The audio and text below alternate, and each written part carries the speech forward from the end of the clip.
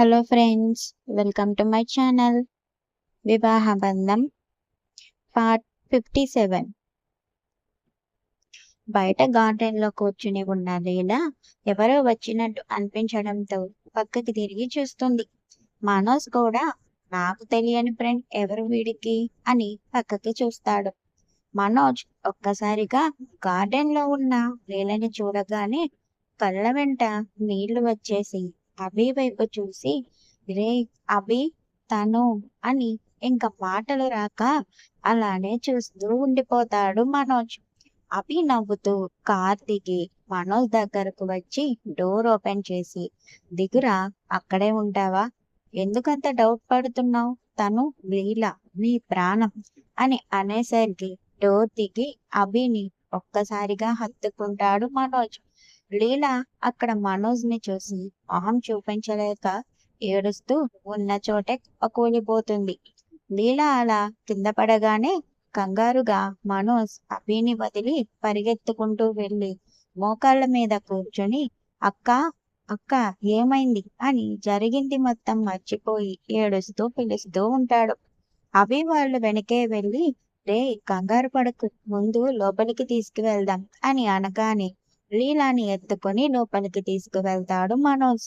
లీలాని సోఫాలో పడుకోబెట్టిన తర్వాత అప్పుడే బయటికి వస్తూ, లీలా లీలా ఎక్కడున్నావు, కొంచెం కాఫీ కలిపివ్వమ్మా అని అంటూ సోఫాలో ఉన్న అభి వాళ్ళని చూసి, ఎవరు బాబు మీరు, ఎవరు కావాలి అని అంటుంటే ఆవిడికి అభి చెప్పేలోపు సోఫాలో పడుకున్న లీలాని చూసి కంగారు పడతారు వాళ్ళ అత్తగారు. విమల గారు కంగారు పడుతూ లీలా దగ్గరకు వచ్చి చెంపలు తడుతూ, ఏమైంది నా కొడలికి, మీరెవరు అని అడుగుతున్నా కదా, చెప్పండి ఎవరు మీరు అని అంటారు. అభి మాట కలుపుతూ, మేము లీలా ఫ్రెండ్స్, ఇతను మాత్రం లీలా ఓన్ బ్రదర్ మనోజ్ అని మనోజ్ ని చూపిస్తాడు అభి. మనోజ్ వైపు చూసి, హో మనోజ్ అంటే నువ్వేనా, రోజులో ఒక్కసారైనా లీలా నోట్లో నుండి వస్తూనే ఉంటుంది, ఇన్ని సంవత్సరాలకి మీ అక్కని చూడాలని అనిపించిందా అయ్యా అని అంటారు ఆవిడ. మనోజ్ మాత్రం తన అక్క వైపు చూస్తూ పక్కన వాటర్ కనిపించగానే కొంచెం ముఖం మీద చల్లుతాడు. లీలా కొంచెం తేరుకొని కళ్ళు తెరిచి ఎదురుగా ఉన్న మనోజ్ ని చూసి మళ్ళీ తలదించుకొని కన్నీళ్లు పెట్టుకుంటూ ఉంటుంది. మనోజ్ లీలాని పట్టుకొని, అక్క ఏడవకు, ఎందుకు నీ ముఖం చూపించడానికి ఎంత బాధపడుతున్నావు, లేదంటే నా ముఖం చూడడానికి అసహ్యంగా ఉందా, నువ్వెప్పుడైతే నా దగ్గర విషయం దాచి మమ్మల్ని అందరినీ వదిలేసి వచ్చేసావు అంటేనే అర్థమవుతుంది నీకు మేమేమి కామని. ఇప్పుడు కూడా నిన్ను ఇబ్బంది పెట్టడానికి రాలేదు, నా ఫ్రెండ్ తెలియక ఇక్కడికి తీసుకువచ్చాడు, నువ్వు అంత బాధపడకు, మేం వెళ్ళిపోతాం అని ఒక్క మాట, తమ్ముడు నేను ఈ అబ్బాయిని ఇష్టపడుతున్నా అంటే మేం కాదు అంటామా, మాతో ఒక్క మాట కూడా చెప్పకుండా నీ నిర్ణయం నువ్వు తీసుకొని ఇన్ని రోజులు మమ్మల్ని బాధ పెట్టావు, నువ్వు బాధపడ్డావు, ఇంకా ఇప్పుడు మళ్ళీ నీకు కనిపించి నిన్ను ఇంకా బాధ పెట్టను, వెళ్ళిపోతాం అని అంటాడు. మనోజ్ సోఫాలోంచి లేవగానే లీలా చేయి పట్టు, తమ్ముడు ఆగరా, నన్ను క్షమించరా, నీ మొహం చూస్తే నాకు అసహ్యం వేయడం ఏంట్రా, నేనే నా మొహం చూపించలేకపోతున్నా, నేను ఇంట్లో నుండి వచ్చేసి మీ అందరినీ బాధ పెట్టాను, నన్నేం చేసినా తప్పు లేదు, నన్ను కొట్టు అని మనోజ్ చేతులతో చెంపల మీద కొట్టుకుంటుంది. మనోజ్ చేతులు వెనక్కి తీసుకుని ఒక్కసారిగా గట్టిగా పట్టుకుని ఏడుస్తాడు. మనోజ్ అలా ఏడవడం చూసి అక్కడ ఉన్న వారందరూ చాలా బాధపడతారు. అక్క తమ్ముడు ఇద్దరు ఒకరినొకరు పట్టుకొని ఏడుస్తూ ఉండగానే లోపలికి మనోజ్ఞ లీలా కృష్ణకాంత్ డాటర్ తీసుకొని వస్తాడు కృష్ణకాంత్. కృష్ణకాంత్ అక్కడ ఉన్న అభి వాళ్ళని చూసి కొంచెం కంగారు పడుతూనే లోపలికి వస్తాడు. కృష్ణకాంత్ రావడం చూసి మనోజ్ వాళ్ళ అక్కని వదిలి, నువ్వప్పుడు మా అక్క వెంట పడుతున్నావని నీకు వార్నింగ్ ఇచ్చాం కదా, అది అంతా మనసులో పెట్టుకుని కావాలని మా అక్కని మా నుండి దూరం చేశావా అని కోపంగా అంటాడు మనోజ్. మనోజ్ బాధని చూసి అభి తనని ఆపే ప్రయత్నం చేయడు. మనోజ్ అలా అనగానే, నీకు కోపం ఉండొచ్చు కానీ నేను నిజంగా తనని మోసం చేసి తీసుకురాలేదు, నిజంగా మనస్ఫూర్తిగా తనని ప్రేమించాను. తనే నా లైఫ్ పార్ట్నర్ అని నేనెప్పుడో అనుకున్నాను. ఆల్రెడీ నేనంటే మీకు బ్యాడ్ ఇంప్రెషన్ ఉంది చెప్పినా మీరు ఒప్పుకోరు అని బయటికి వచ్చేసాం. నాకు అప్పటికే క్యాంపస్‌లో జాబ్ వచ్చింది. ఆ ధైర్యంతోనే లీలాని నాతో పాటు తీసుకొచ్చేసాను. తనని తీసుకొచ్చాను కానీ మీరు లేని లోటైతే తీర్చలేకపోయాను. పైకి చాలా హ్యాపీగా ఉంటుంది కానీ తను బాధపడుతుంది అని నాకు బాగా అర్థమైంది. మీ గురించి తెలుసుకోవాలని చాలానే ట్రై చేశాను కానీ నా వల్ల కాలేదు. మీరు లీలా వచ్చేసిన తర్వాత వేరే చోటికి వెళ్ళిపోయారని తెలిసి చాలా బాధపడ్డాను. ఇదిగో పాప పుట్టాకే కొంచెం హ్యాపీగా ఉంది. నీ పేరు కలిసేలా తన పేరు పెట్టుకొని తన కూతురిలో నిన్ను చూసుకుంటుంది అని 2 ఏళ్ల మనోజ్ఞని చూపిస్తూ అంటాడు. అందరూ మనోజ్ఞని చూసి మనోజ్ ఎలా రియాక్ట్ అవుతాడా అని చూస్తూ ఉంటారు. మనోజ్ కృష్ణకాంత్ చేతిలో ఉన్న పాపని తన చేతిలోకి తీసుకొని, "నువ్వు చెప్పేది మొత్తం నిజమేనా? లేదంటే డ్రామాలు ఆడుతున్నావా?" అని అంటాడు. లీలా మాట్లాడుతూ, "మనోజ్ తను అలాంటి వాడు కాదు. నన్ను చాలా బాగా చూసుకుంటాడు. అత్తయ్య కూడా ఏ రోజు మాట అనింది లేదు. నన్ను కూతుర్లాగా చూసుకున్నారు. తన మాట నమ్ము. కావాలంటే నన్ను తిట్టు. ఇంకా కోపం ఉంటే కొట్టు. అంతేగాని తనని ఏమీ అనకు" అని ఏడుస్తుంది. మనోజ్ కృష్ణకాంత్ వైపు చూసి, "నా అక్క మాట నమ్మి నిన్నొదిలేస్తున్నాను. లేదంటే ఏం చేసేవాడినో తెలీదు" అని చేతిలో ఉన్న మేనకోడలిని మనసారా గుండెలకు హత్తుకుంటాడు. అభి మనోజ్ భుజం చుట్టూ చేవేసి, "ఇంకా ఏడవకు. మీ అక్క కనిపించింది కదా. హ్యాపీగా మాట్లాడు. అలాగే మీ బావతో కూడా" అని కృష్ణకాంత్‌ని చూపిస్తాడు. "నేను తనతో మాట్లాడడానికి టైం పడుతుందిరా అభి. తను తెలిసి చేసినా, తెలియక చేసినా చేసింది తప్పు. ఒక్కసారైనా మాట్లాడడానికి ట్రై చేయాలి కదా. ఒప్పుకుంటాము, ఒప్పుకోము అది తర్వాత విషయం. ఒప్పుకోము అని ఇంక వేరే ఆప్షన్ లేకుండా తీసుకువచ్చేయడం కరెక్టేనా అభి? ఫ్యామిలీ నుండి వేరు చేయడం కరెక్ట్ అంటావా? అక్క వెళ్ళిపోయిన తర్వాత నాన్నెంత కుంగిపోయారు. ఇప్పటికీ నార్మల్ అవ్వలేకపోయారు" అని అంటాడు మనోజ్. మనోజ్ మాటలకు కృష్ణకాంత్ తలదించుకుంటే లీలా కంగారు పడుతూ, "నాన్నకు ఏమైంది" అని అంటుంది.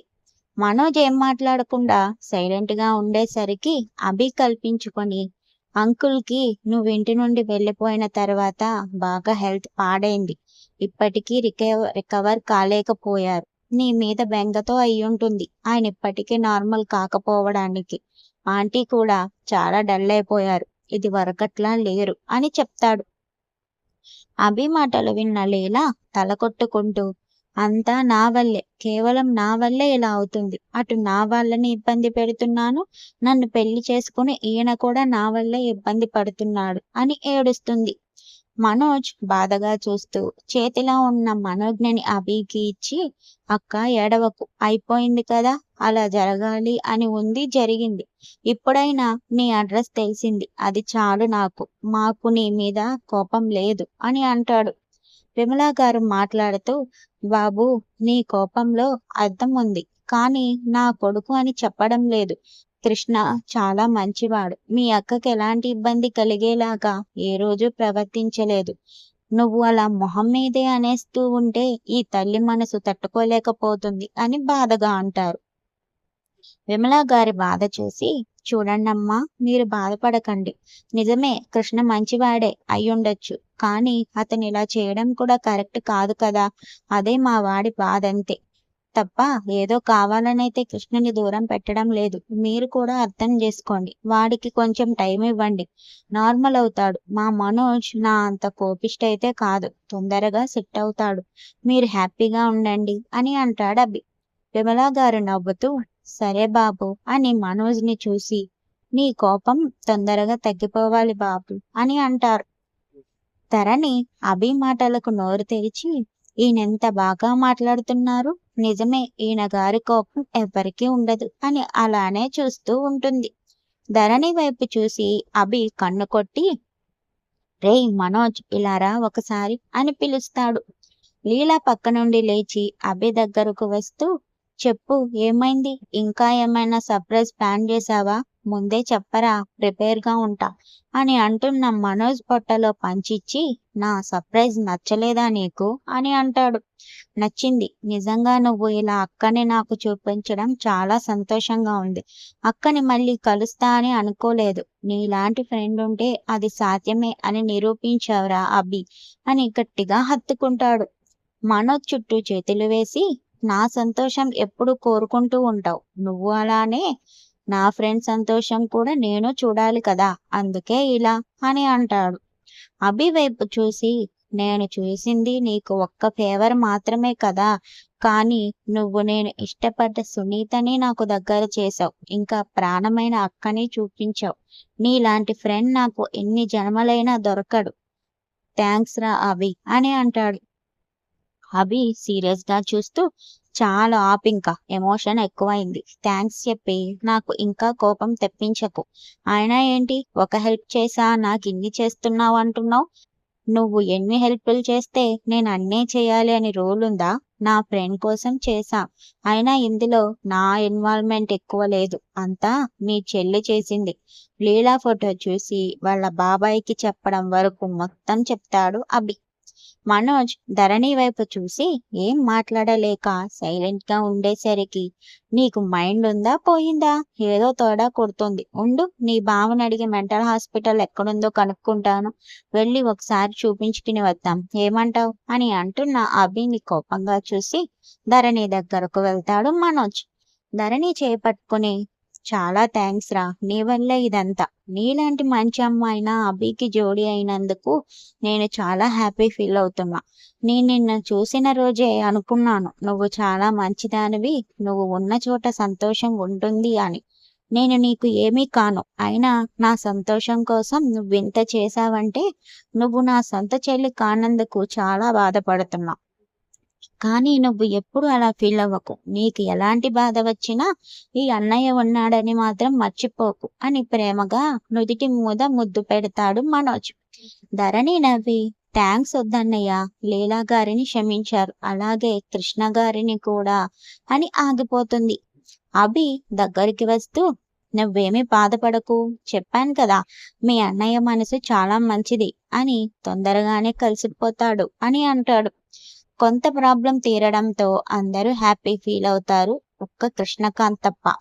కృష్ణకాంత్ ఇంకా అక్కడ ఉండలేక లోపలికి వెళ్తూ ఉండగా కృష్ణ చేయి పట్టుకొని, ఇంటికి వచ్చాం, మాకు ఫుడ్ పెట్టే ఆలోచన ఉందా లేదా?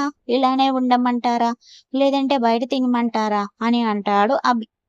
కృష్ణకాంత్ వెనక్కి తిరిగి, అయ్యో అదేంటండి అలా అంటారు, భోజనం పెట్టకుండా ఎలా ఉంటాం అని అని వాళ్ళ అమ్మ వాళ్ళ వైపు లీలా వైపు చూసి, ఏదైనా కొంచెం తొందరగా రెడీ చేయగలుగుతారా, లేదంటే బయట నుండి ఆర్డర్ పెట్టనా అని అడుగుతాడు. బయట ఫుడ్ అయితే మేమే ఆర్డర్ పెట్టుకుని తినేసేవాళ్ళం కదా కృష్ణ గారు, ఎప్పుడు బయట ఫుడ్ తిని బోర్ కొడుతుంది, అందుకనే ఈసారి లీలా చేతి వంట తిందామని అనుకుంటున్నాం. అది కూడా మీకు ఇష్టమైతేనే, లేదంటే బయట ఫుడ్ అయినా పర్లేదులేండి అని అంటాడు అభి. సరే అభి గారు, లీలా ఫుడ్ రెడీ చేస్తుంది, మీరు కూర్చోండి అని అంటాడు. మనోజ్ని లాగి సోఫాలో కూర్చోబెడుతూ, రేయ్, ఆ ఆ మొఖం కొంచెం సరిగ్గా పెట్టరా బాబు, ఎన్నో రోజుల తర్వాత మీ అక్క చేతి వంట తిని హ్యాపీ అవుదువు గాని అని అంటాడు అభి. అభి వైపు చూసి చిన్నగా నవ్వి మనోజ్ఞని తీసుకొని ఆడుస్తూ ఉంటాడు. కృష్ణకాంత్ వాళ్ళని చూసి సైలెంట్ గా పక్కన కూర్చుంటాడు. లీలా వాళ్ళు ఫుడ్ రెడీ చేయడం కోసం కిచెన్ లోకి వెళ్తారు. ధరణి వాళ్ళు కాసేపు అక్కడ కూర్చుని బోర్ కొట్టడంతో లీలా గారి దగ్గరకు వెళ్తారు. ప్లీజ్ సబ్స్క్రైబ్ చేసుకోండి ఫ్రెండ్స్, మీ సపోర్ట్ నాకు చాలా ముఖ్యం.